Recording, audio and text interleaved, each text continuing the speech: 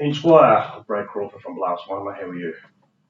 Pleased to meet you, Brad. Yeah, Ian Squire, head teacher of industrial coatings and abrasive blasting, TAFE New South Wales. Great to meet you. And Likewise. Yep. Thank you very much for the tour around your facility here. It's great to see what you've done with the students and how they seem to be performing and what you've done through these times for both yourself, your staff, and also the TAFE industry itself. Yeah. So, Pleasure.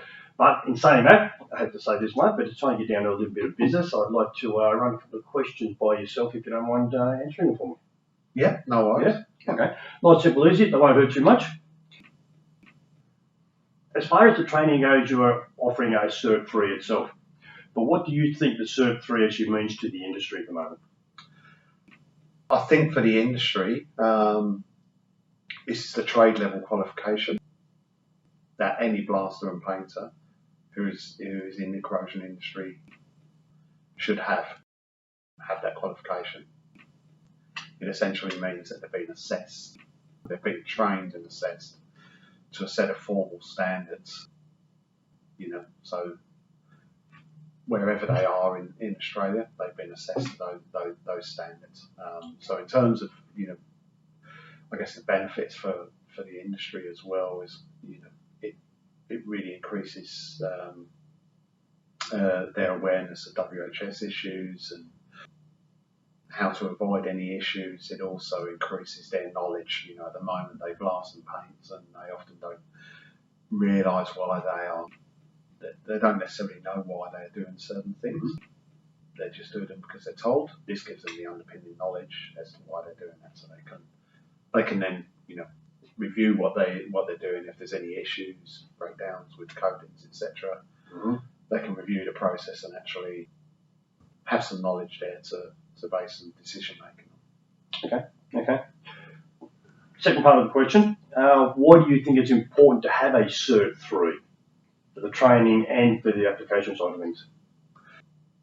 Well, I guess probably touched on that previously, but it's any industry, it's like the construction industry, trade level qualification in Australia is a Certificate 3 qualification. So for this industry, it's a Certificate 3 in surface preparation and coding application.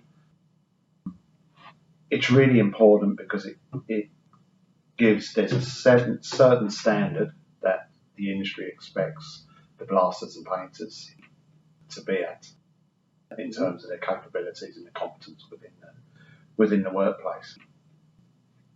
So, every other industry has been, they have that Cert 3 level qualification.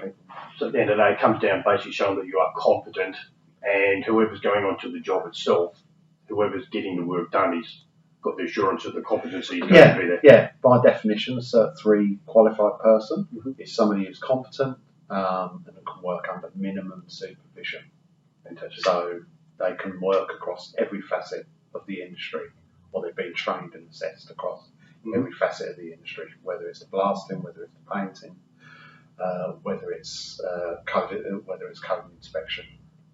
They've been trained right across and assessed to a certain set of standards. And to one standard all the way through. Yes. Okay. In your opinion, is the training actually being pushed by the industry? It's certainly being pushed by the asset owners, I think. I think now they're starting to realise that training is available.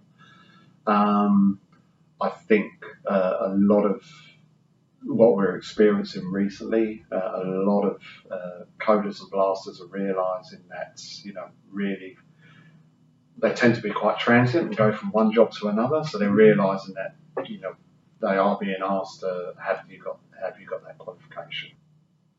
So it's still in its infancy. I'd like to see a lot more push by the contractors themselves and drive by the contractors themselves. It is funded both by states and federally. The government incentives, federal government incentives, employer incentives for the employer of up to $9,000 per trainee. There is an eligibility criteria on it, but by and large they can get up to, if they're 21 years or over, they can get up to $8,000 to $9,000. Fantastic. Yeah, Fantastic. which offsets the cost of it. Yeah, Makes sure the does. course often it'll make it cost neutral. And also makes the employee more valuable.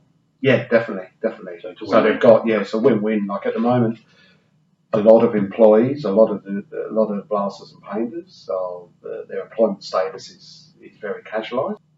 It would be good to see that being a bit more permanent, even if it's permanent part-time. But you're investing in there, as I think we've spoken about it before off camera. We were talking about. I'm trying to think of his name. Or the head of Virgin. Richard Branson. Yeah, your number one asset are your employees. And if the more you invest in them, in terms of time and money, look after them so they're loyal to you and your company, and invest in training them, that's going to pay loads of dividends in the future for you as well. So training is an investment. It's an absolute investment in the future, and it will also give you money return in the future as well. Well, speaking of the future and where we are today, we all know that COVID's here currently. Yep. How do you find that COVID's affected the training? And in that particular opinion, is the training going to keep going on throughout New South Wales and Australia? Yeah, training's certainly going to keep on going. The only thing that is affected really is our ability with certain states and territories for us to be able to travel and deliver face to face. However, it hasn't stopped. If anything, our training has been increasing. We've been getting more enrolments, and because of technology we use, we've used Microsoft Teams, and Microsoft Teams is exactly, we use that exactly like Zoom or Skype or anything like that. It doesn't matter where you're geographically located, as long as you've got the internet and you've got a device there, whether it's your, a smartphone or laptop or whatever, we can deliver virtually like that. And it's just like being face to face, but you're sat in Northern Territory, I'm sat here in New South Wales. And it doesn't affect us whatsoever. If anything, it's really increased our ability and our awareness of what we can actually do. That just brings you on to my last question. You've basically touched base on it already. Knowing that you're based here down in Southern Highlands and Wollongong in New South Wales, how do you find that the training is actually going, and whereabouts is it going to go throughout Australia through what you're actually doing here? Oh, look, we've got groups in Queensland, we've got groups in Tasmania, we've got groups in Northern Territory, dozens, we now, with what we've got in place, we've recruited as well some really good people who are blasters and painters. I think between the whole teaching team at the moment, it's over 100 years worth of experience as blasters and painters. These guys are all also not only multi-trade qualified, but they're also been working offshore, they've been working overseas, they're all NACE 2, 3 qualified as well. And so, in the future, with the technology, we can deliver anywhere. Yeah. Well, speaking of Karen a little bit earlier on, you told me a little story about the indigenous sort of people out into the outback who are now got to the experience that they can physically learn a little bit more now and actually get to the Cert III. Can you tell me just a tiny bit about that before we wrap up? Yeah, look, we were delivering a training session off MS Teams, and we had some of the students were indigenous, and they come from small indigenous communities within the Northern Territory, and we were delivering it, and they had it on their smartphone, broadcasting, panning around, and there was some of their family and community there listening into the lesson, which was brilliant to see. Technology is absolutely incredible. Yeah. And so we can do that, and it's just just pleasure to see as well, because we had a captured audience, and they were listening and learning as well. And hopefully future employees into this industry.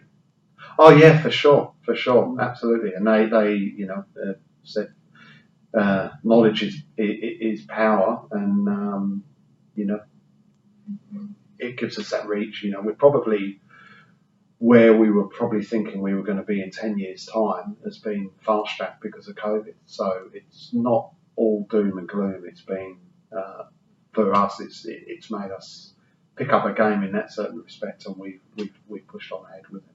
That's great to hear. Yeah. Really great to hear. Yeah. Fantastic. Thank you very much for your time. Cheers. Great. Thank you.